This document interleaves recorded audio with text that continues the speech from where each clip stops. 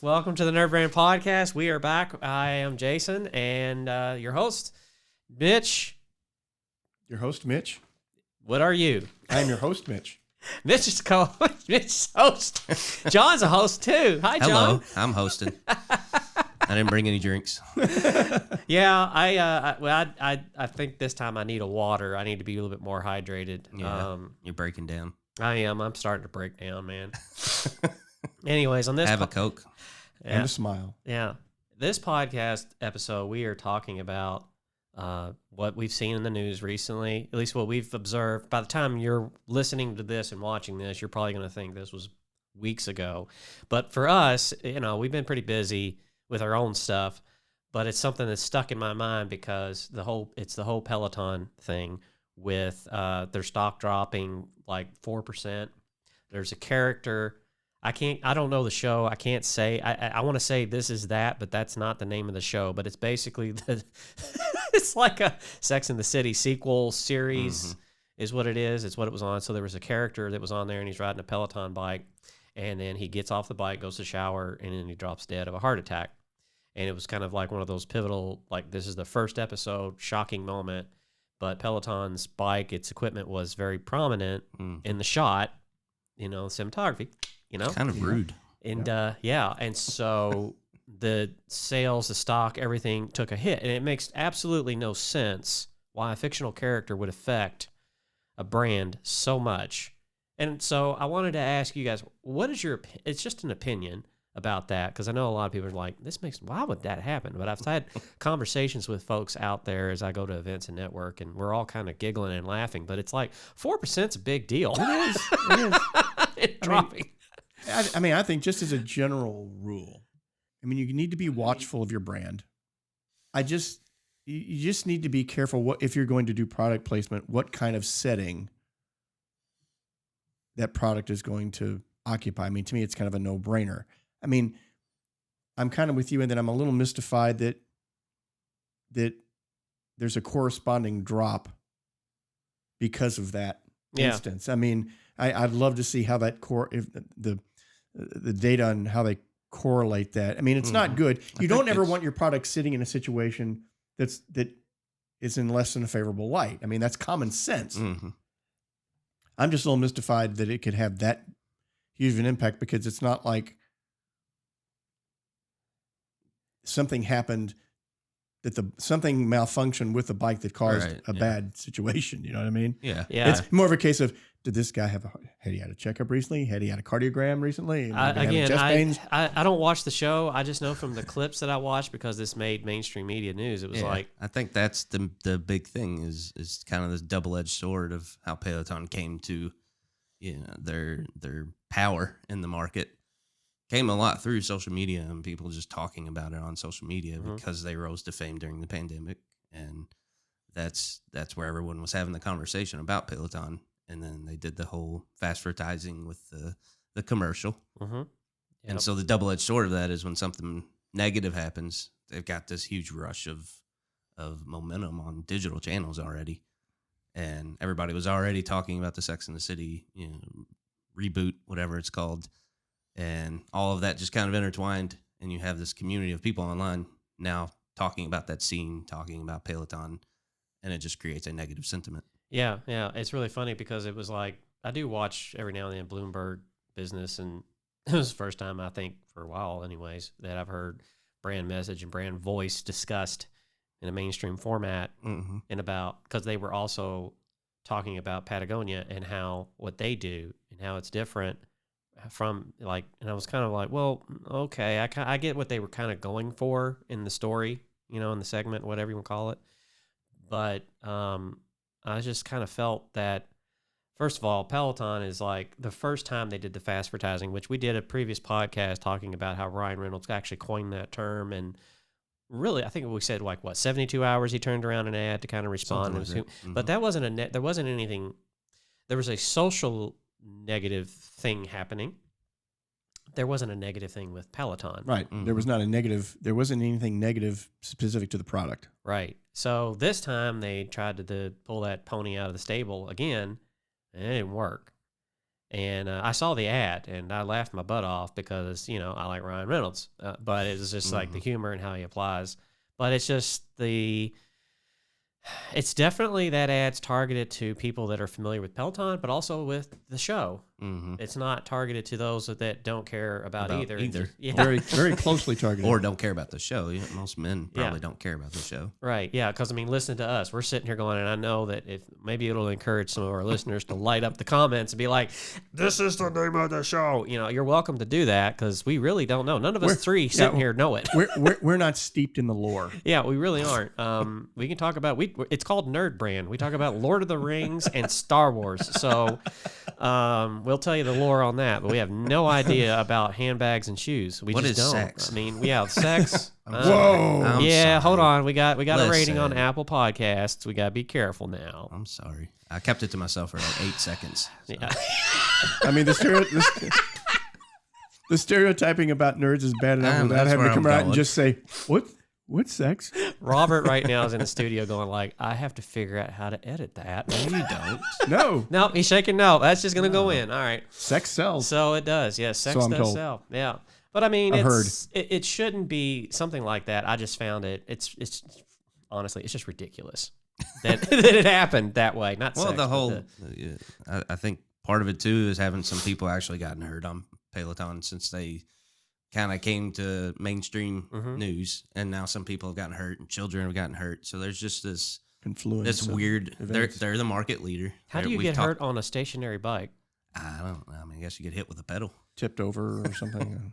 I think some. Or was I've it a seen tread? some stories. Or was it one of their treadmills? I don't know, but the brand Children has have been, just to interject, children have been like eaten by their treadmills. Is that what it is? I thought it was the treadmills. sounds terrifying. Yeah.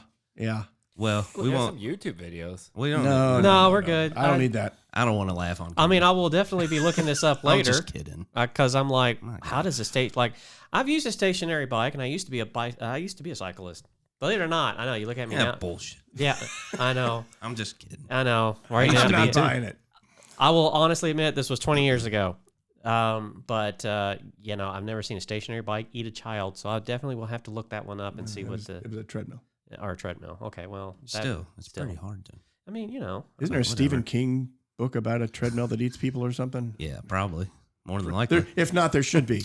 yeah. I think it has something to do with a foggy treadmill. I don't know. Isn't all his Anywho. stuff too usually in Portland or in Oregon somewhere? Or is it New England?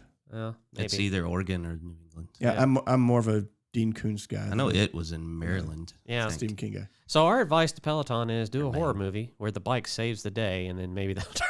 I think it's just a big part of it is they're the market leader. Yeah. And They it's are. a product of being the market leader. And we've said many times, I think recently, there's a lot of value in being number two. And I don't even know who number two is in that industry at all. Right. But Good they're question. not getting crapped on every 5 days. Well, I mean, yeah. it's you know kind of like it's kind of a cliche, but the higher you climb, the further you've got to fall. I mean, that's the problem. That's what I was just reading. The CEO of Peloton is disputing that they've shut down production due to sales. Mhm. But that's the mainstream Yeah. line That's the message, being yeah. pushed Yeah. out there. So you've got the CEO and internal marketing doing the job of brand management. Hmm. For those listening, we're a branding agency. This is actually a situation like this would fall underneath our umbrella. Yeah, it's reputation management.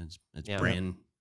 Well, equity. and Yeah. I mean, if somebody like calls up and says, "Hey, I want to have, this product in this movie and the main character is going to be killed by it." I mean, we would immediately go like, "That sounds really cool, but nah." unless you manufacture guillotines, Yeah, but it's sort of like electric chairs. you got to really, like you said, Mitch, you got to really think about like it, and it seemed. I know you said it's like it should be common It sense. seems to me. Anyway. Here's But- a new layer of it. I'm going into conspiracy land. Maybe a competitor Dun, paid dun. Oh, Sex in the City. Hey, to- you never know. You Hmm. never know. It's This day and age, especially when you're dealing with brands that big. I mean, industrial espionage is still Mhm. it's still a thing. right. So you do have to kind of wonder. I mean, it's like I'm hard pressed to think of an example at the moment, but it's like social media. It's like when a social media wave starts that reflects poorly on a brand. Mm-hmm. Sometimes you have to wonder, okay, where I know it supposedly happens Yeah, in an where did organic it start? fashion, But where did we've it seen start? it with the politics. It's Oh yeah, Politics is a very good example of magically that. starts at 4 a.m. in the middle of nowhere, Russia. yeah, right, Exactly. All these people suddenly care about this topic. right, Yeah. right. Yeah, I've been watching that. I mean, everything, like you said earlier when I was telling you we were going to talk about this, you're like, well, I saw a headline on Twitter. And I'm like, well, that's not going to get you any kind of depth about what the What's hell's actually going on. happening, Yeah. I mean, or that's- truth.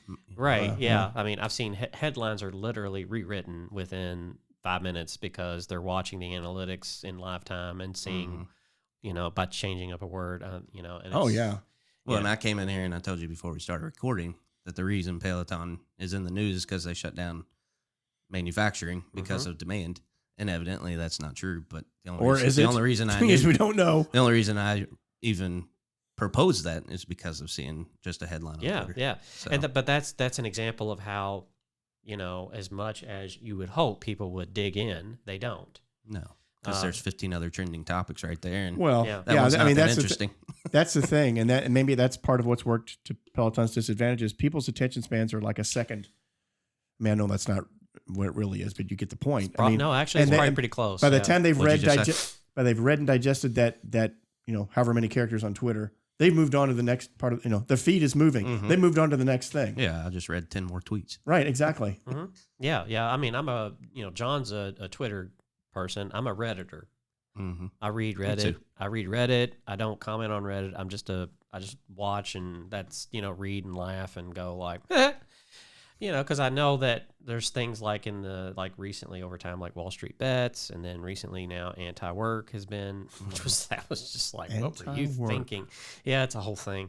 So you kind of, when this Peloton thing happened and how it hit and landed and now it being in the media, like negatively, like rumors, like that, but also being discussed and put as well. Let's compare to Patagonia and how they do it, and I'm just like, why? They sell shirts and stuff. Yeah, they sell apparel. Yeah, and I'm They've just been like, around forever. yeah, Companies that start with P. I know. It was like, who we got? Well, we can't use Pfizer because everybody's like hating on. I mean, I'm just like sitting there going like, well, this is weird how to fashion this story about brand message and voice, and the message changes based on obviously circumstances, but the voice is the voice. And now it's becoming more top of mind, I guess I'll use that phrase, with brands like mission-minded type stuff, like New Balance's message or voice is the we want to be known for more than just making sneakers. We want to help change the world for better through fitness. That's the short version of it. Why they didn't write it that way, I don't know. It's written like a book, but that's sort of the shtick of, what you're doing, which the real term around it is promise. It's the brand promise. Mm-hmm. It's not really. Well, mission statements and brand promise are kind of two. They are. different things. They are different things, but nobody recognizes that and why. Like if you say mission statement, the word statement means statement. It means like, we do cool things. And you're sitting there going like, my ears are bleeding. Can we please flesh that out? Because Mitch is the guy that's going to go like, no. Well, now it gets into the whole thing. Mission statements are generally internal. They're meant for internal consumption. Right. Yeah. Brand promise is a promise to customers. Exactly. Exactly. Or, society. Yeah, because you can't also make the comparison to brand promise to prop value. Because in John's world in marketing, it's like proposition value. Like, what is that? Well, it's not the brand promise. It's so understanding these things and how they're applied, is sort of, you should have them in place, especially when something like this happens. Because now you can actually It's an anchor. It's an anchor. That's what I'm getting to. Thank you. Oh, you're welcome. Everything you got to anchor to something. Glad to be here. Yeah. Everybody, Jonathan Payne. I'm gonna go take a nap. We'll do a golf clap. Yes. We need more Doritos.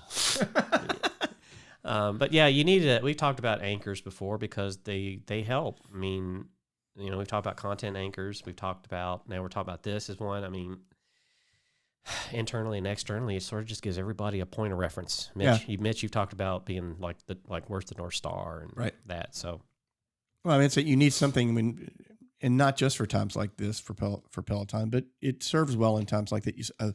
Something you can go back to and say, hey, this is what we're about.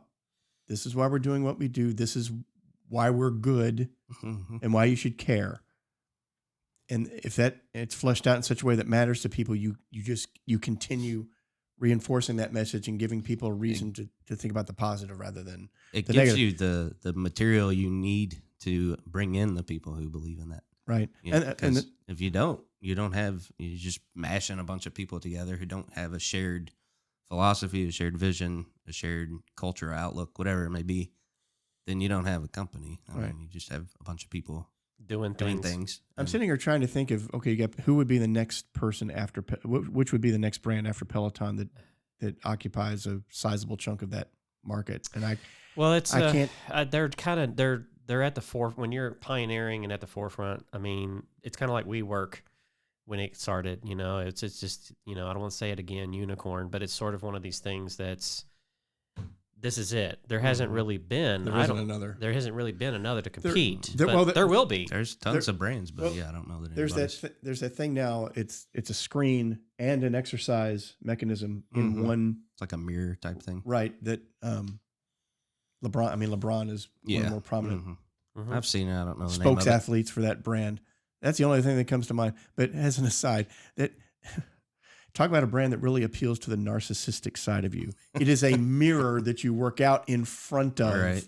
Yeah. At home. Well, you know, to be honest with you, if I had like cut abs and everything, I'd probably look at myself more in the mirror. Right now, I kind of just run by it so that I can just kind of get an idea that, yeah, I combed my hair this morning. So it's like the question to me about them is this a brand for people that are already fit to maintain? Because if I'm really out of shape and haven't picked up an apparatus in years, I don't want to see myself.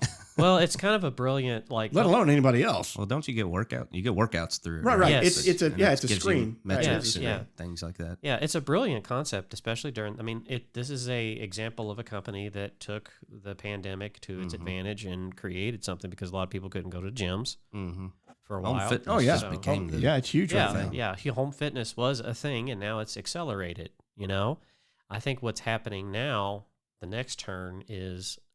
More custom tailored fitness, small gyms like one we helped name and create with Vital Motion. And right. I think that's something that's the next thing. I want more attention, personalized attention, not going to a large commercial gym and getting a personal trainer who has probably 20 other clients and I'm paying $2,000 a month for. Well, the other thing you think about the kind of revolution during COVID telemedicine was around. And was growing, but it grew exponentially after COVID. You could take that. People are going to take a similar approach with fitness, where you have your iPad and you have a personal trainer on the iPad.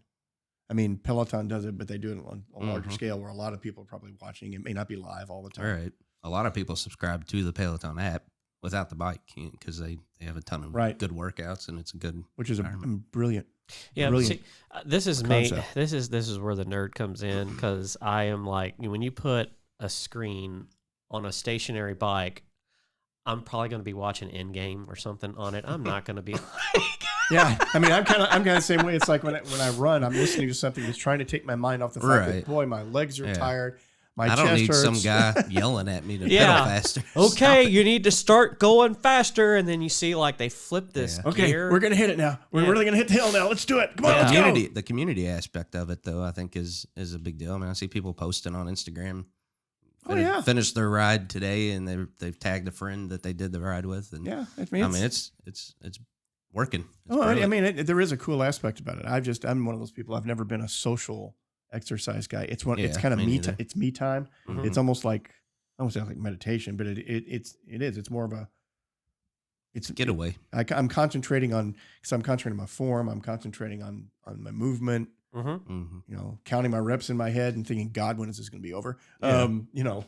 For something like weightlifting, you kind of need a personal trainer, somebody who knows what they're doing for riding a bike. Spot you. Yeah. Especially. And to show you form and to help you and know when to add weight, when to not, and all that stuff. I mean, there's a super good benefit there to having a personal trainer standing there watching your monitoring your form. Riding a bike, I mean, I guess it's just pure motivation. I've not done it. I guess I should talk to more people who have Pelotons and what they get out of it. Yeah, I mean, I just, like I said, like for the purpose of this episode was just kind of discuss something that kind of was in the realm of brand management. And Worst case scenario. And yeah, I mean, because sometimes I'd like to talk about the best case scenarios, but I don't know if a lot of people can latch on to the what is actual brand management. What does it mean? What does message mean? What does voice mean? I don't think anybody right now can latch onto it unless they see how it's not used. Well, and because they remember that more because it was so sensational versus the success. Because that's when things go right, it's boring. Well, yeah, it is. Yeah. The other side too, this really highlights something that we preach, and that is the fact that the voice of your brand. It's just as important that everybody has bought into it eternally and understands the voice, the personality, the language of the brand internally. In a situation like that, it is part of why it's vitally important. Is because when things aren't going right, that gives people something to hang on to. And it helps them to answer the questions that invariably come along when things don't go right.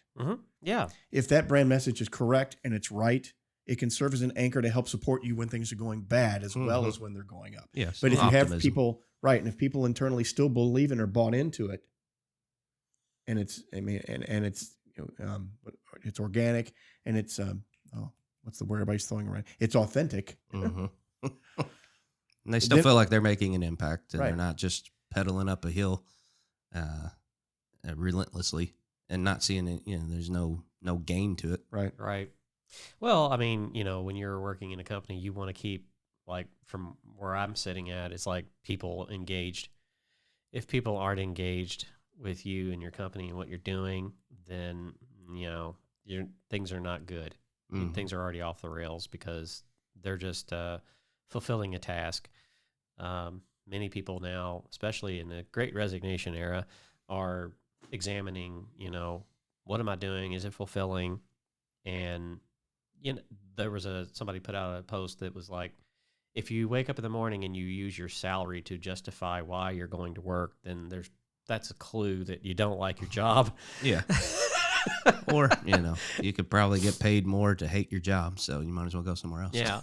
So, but, in regards to like what we're talking about with brand management and Peloton and all that, I mean, it seems to be, for my opinion, that they are still sort of managing it. The CEO responding like that, I would hope is not a situation where like they decided to respond. You know what I mean? Hopefully somebody said, you should say something. You know what I mean? Well, you have a game plan that's kind of always on standby.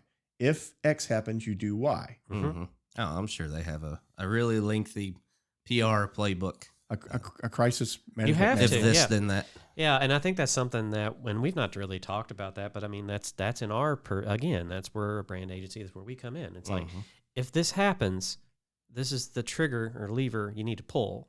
Because you're going to need to do that to respond. And the one thing you don't want to be is tone deaf. Right. Right. Which then that goes back to the whole question of why was your brand of bike in that situation in the first place? But I won't go there again. I would not want to be in that board. Well, I'd maybe want to be a fly in that boardroom with somebody asking that, because I think any C-suite person is going to sit there and going like, all right. Was it approved? Who did it? Talk to your CMO and say, hey, assuming why did this, how? Yeah. Yeah. Well, even assuming that Who shipped the bike? that they were asked. Well, right.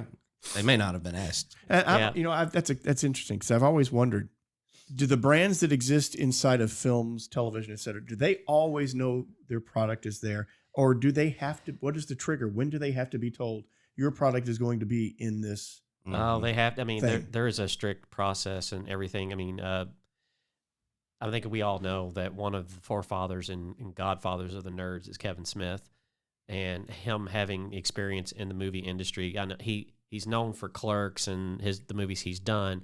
What a lot of people don't realize is he has written for other shows and movies like Die Hard, Live Free, Die Hard. He wrote for that entire scene where he's actually in that when they go and visit, whatever the guy's called, like he wrote that entire thing. He's also was a producer, co-producer, or some role in, Man of Steel.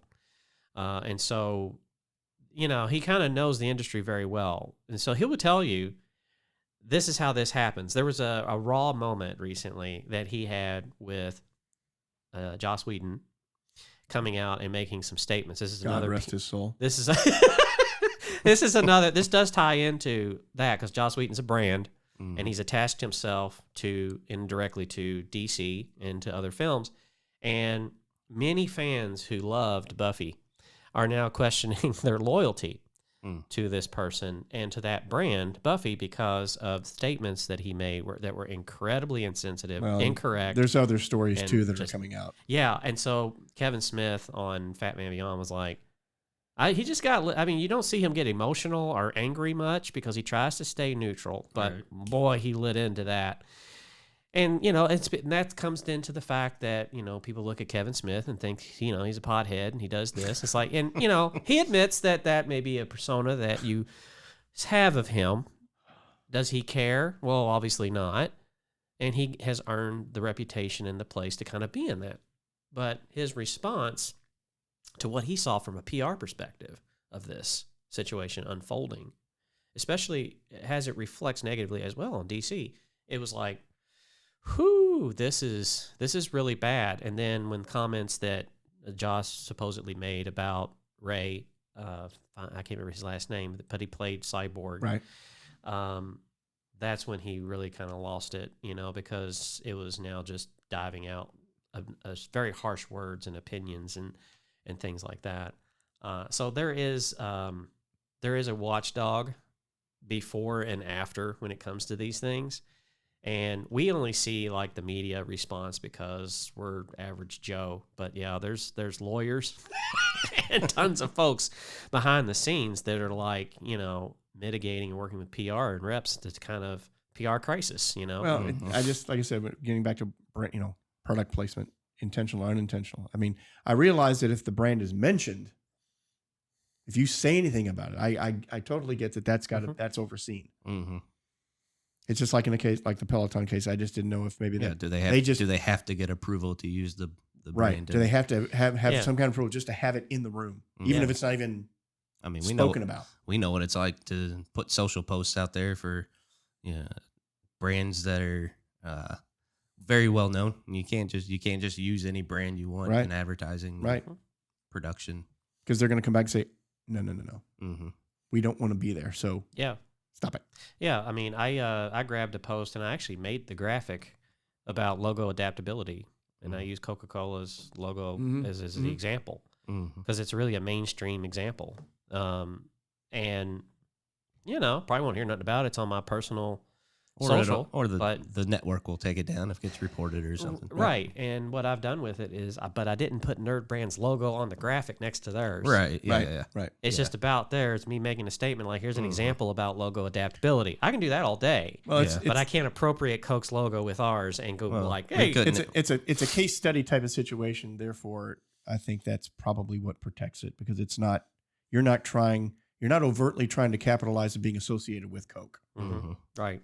Yeah, I'm just showing you like it's educational use. And here's the entire logo. Here's itty bitty logo because it's got to go on a Coke bottle top. But I just know when we would do social posts for Brown-Forman brands, Old Forester and early times and things like that, and the big games would come up, Super Bowl, NCAA tournament, things like that. We couldn't even reference even remotely what teams were playing, what what the league was, anything. Yeah. Well, the Derby and NCAA came down hard.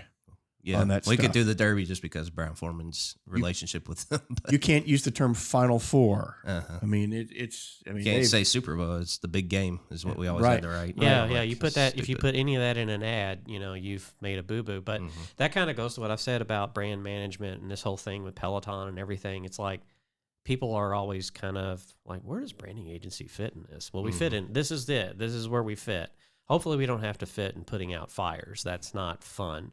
Hopefully, we've got all these other things in place in case a fire springs up. Well, you kind of hope that if we've done our job, because mistakes happen. Yeah. If we've done our job correctly, then maybe the equity's there to handle it. Yes, that helps people avoid some. I mean, certainly in the Peloton case, I don't know that anything we would have done on the branding side necessarily would have kept it from happening. But by the same token, by giving you some rules and guidelines about branding, you can avoid some crises. Yeah, because marketing is just response. You know, we are preemptive. It's sort of like that Tom Cruise movie where it's like, he preemptive crime, which is funny. And then they would do it's precognizant. Do you know what I'm talking about? Yeah. Mitch? No, the Spielberg. It's like that. It's Yeah, like we live in that world. I know exactly what you're talking about. Yeah. I can't think of it off the top of my head. Anyways, if you want to listen to our show, go to NerdBrand on YouTube and maybe leave a comment and tell us it's like that's Remind the us name. what the name of that movie Yeah, was. tell us what the name of that Minority Report. Yeah. Thank you, Mitch. Minority Report. Now nobody's going to go and leave a comment and you just ruined Is all that that. Tom Cruise? Yep. Yeah. It is. Yep, it was. Minority Report. Yep. Yeah. I'm thinking of the. Colin Farrell's in it. I'm thinking of Yeah, the he was. Bourne. Thinking No. of the Bourne movies. No, that would be more like what marketing is. Like they have the tools, they need to go out and execute, but they don't have any direction because there's a fire. So I'm going to grab either a Dixie cup or a garden hose or whatever. It's got water in it and put it out. We sit on the side and go like, Dixie cup doesn't want to be associated with this fire. Don't Please do that. So that's sort of the idea of where all this is at is that there's this ongoing touching and managing and making sure the guardrails, the good ones, are up in the bumpers because that's something that's needed. But anyways, if you like this episode, be sure to like and subscribe. Check us out on @NerdBrand Agency. Yeah, Mitch wants you to ring the bell. Ding, ding.